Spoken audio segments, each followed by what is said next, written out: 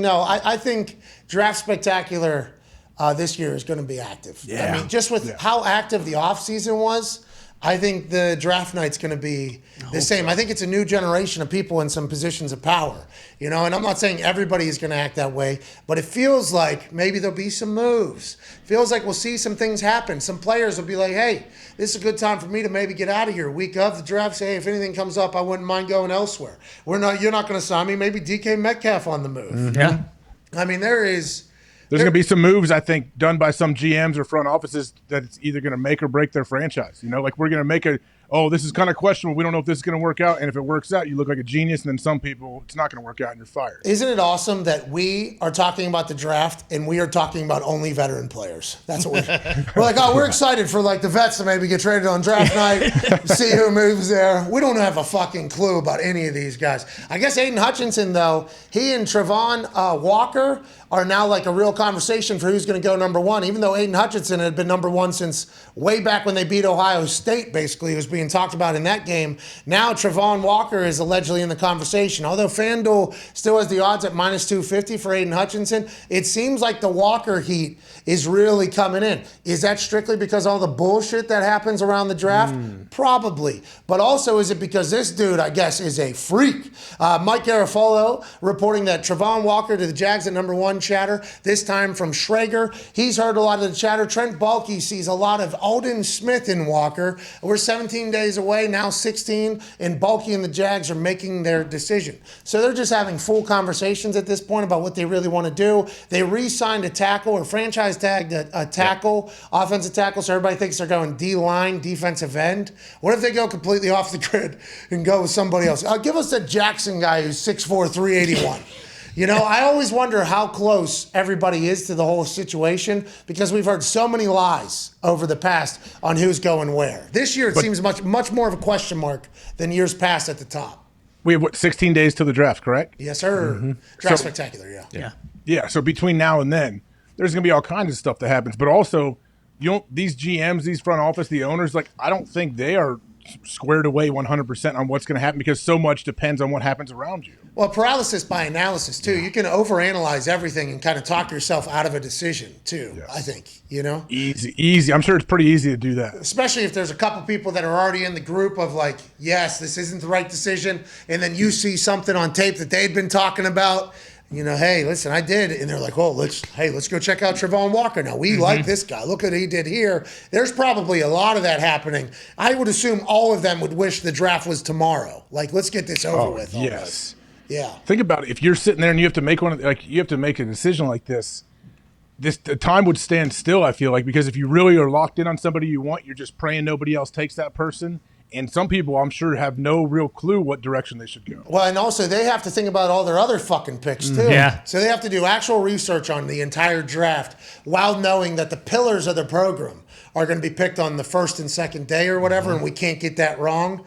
What a fascinating juggle of time management for all these fucking GMs. Well, and last year, leading up to the draft, the first three picks were essentially locked in. And then day of the draft is when the third pick changed. Even 1 and 2, Lawrence Wilson, I think that was basically since the end of college football season damn near, that was definitely happening and there was no change. And obviously this year it's like, shit, anybody could go one right now, it feels like. Hey, who would you take? AJ, after all the film you've watched, that Aiden Hutchinson guy beat the fuck out of the Ohio State Buckeyes. Yeah, he did. This last year. You got to go based on team needs, right? Best available, too. Well, yeah, so number one overall, you're Jacksonville. Who are you going with? Yeah, I'll probably take Hutchinson, actually. Okay. Really? What do you – watching Hutchinson's film – Actually, I like Walker, too. What did I say? We walked into the national championship game. We're in a box on the 50, and within 30 seconds of walking in, I was like, are you kidding me? These Georgia guys are unbelievably fast and physical. They close ground so fast. Yeah, and this dude, I guess, lost 20 pounds. They had him at inside. He loses 20 pounds, goes to the outside, and then just has massive production and can fly. So I feel like his upside, he still has a lot of room to go, which is what everybody's talking about. We could still teach him a lot of things. Aiden Hutchinson, I haven't heard any conversation about him other than he is the number one. And that's kind of an interesting spot. We talk about this with Like it happens with LeBron James, happens with Aaron Rodgers. You get to a point where you're so fucking good that the conversation isn't about how good you are anymore. It's about like what you do wrong. Like, hey, this person, like LeBron James has been compared to Michael Jordan since he's like 22 years old. We didn't even get the old, hey, look how good this guy is. The LaMelo Ball highlights, like that was only like a year or two of LeBron's life. And then it was immediately, well, is he better than Michael Jordan? And let's tear him down. Boom, boom, boom. It's like that with Aaron Rodgers, I feel like. Aaron, everybody's like, yeah, we know he's great, but also he's an asshole, prima donna, missed this throw, did this. Like you get to that point where you're at the top where there's nothing good. It's like, yeah, you're assumed to be good, but now it's like take him down. It feels like that with like Aiden Hutchinson almost. For this entire draft, there's been zero conversation about him except for he's number 1 overall. And then now that somebody else is creeping in, it's like, well, he does seem to be a little bit quicker than Aiden Hutchinson is, and his upside's a lot bigger than Aiden Hutchinson. It's like, we haven't heard much positive about Aiden Hutchinson other than the motherfucker's going number 1 overall. It's an interesting situation. This Aiden Hutchinson's a Michigan man. Yeah. You know what I mean? He's a Michigan man. He's got a good head on his shoulders. Ain't that right, AJ? Yeah. Is he from Michigan too? Yeah, I just learned that today. Ty looked it up. So that's why Oh, I bring that Detroit. up. Lock it in. Lock it in, number 2 overall He pick. just seems like a Dan Campbell guy, too. Oh, MCD. Listen, I felt him, now granted, we were able to score it inside there. Yeah. When I took a pass at Radio Row. He's got some explosion in those hands. Oh, yeah. I'll tell you what, I felt like, Cam Hayward almost put me through a brick wall. Aiden Hutchinson almost put me off stage. Both times we're picking up 10. Yeah. So I don't even know. Like, is this a results-oriented business? Or I'm sure Aiden and old Dan Campbell headbutted a few times in some of their meetings they had. What if Dan Campbell's calling down the Pete? No, not Pete. Hardball? Sheila Ford. Yep. Brad Holmes. Tell you what, man. Need to give a call down to that coach that coached the Eagles to the Super Bowl. Doug Peterson. Peterson. Said Pete. Pete, jeez. I thought you were thinking of the GM's name, who's Balky. Balky, Trent Balky. What if MCDC's calling down to Doug Peterson? Hey, listen, man, we need Aiden Hutchinson in Michigan, man. He's saved our entire thing. You get it, man. This guy. A lot of people saying we look alike in the face. It's been happening a lot on the internet. Every bland white is now somebody that people forget we called this thing an inside draw. Fucking outside, see you later. He's fucking. I gave him that. That's what he's gonna have to learn in the NFL, by the way. Yeah. Like, hey, listen. And Savvy vet. You're a savvy vet taking it. Yeah, just a little trick. MCDC will teach him that stuff. You know what I mean? Aiden Hutchinson did a line. Oh my God! I assume. I hope this happens now. I think most of Detroit wants it to happen. They want Hutchinson at 2, and they want Ritter at 32, and I think that's a great draft after that.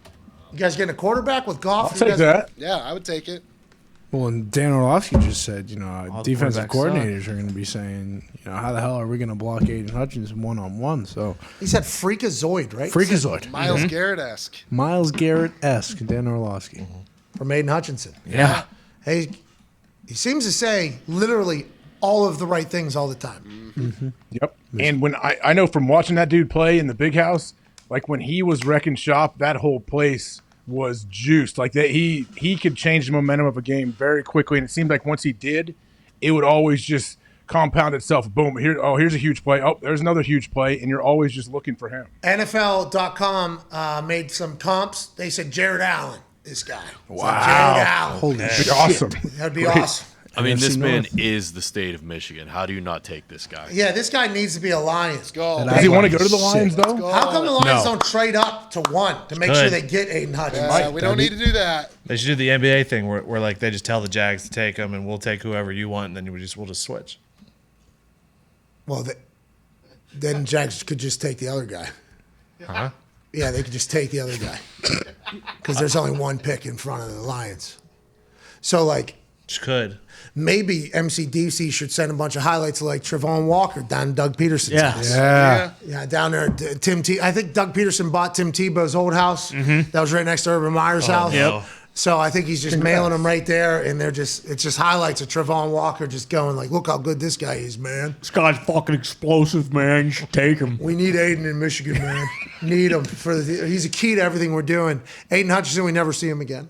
Hard Knocks too. I actually didn't know where yeah. I stand, but now I need Aiden Hutchinson in Detroit. We need him That getting has him to 2 overall. happen. It stinks for him. It's probably like a $15 million difference. Oh, and Yeah, his whole massive life he's bummer. been watching the Lions absolutely ruin players. So I'm sure it's the last place on earth he wants to go to. But Sorry, pal. What if Aiden Hutchinson from Michigan went to Michigan, gets drafted number 2 overall to the Lions, and says, I'm not fucking going. That'd be he pulls an Eli, yes.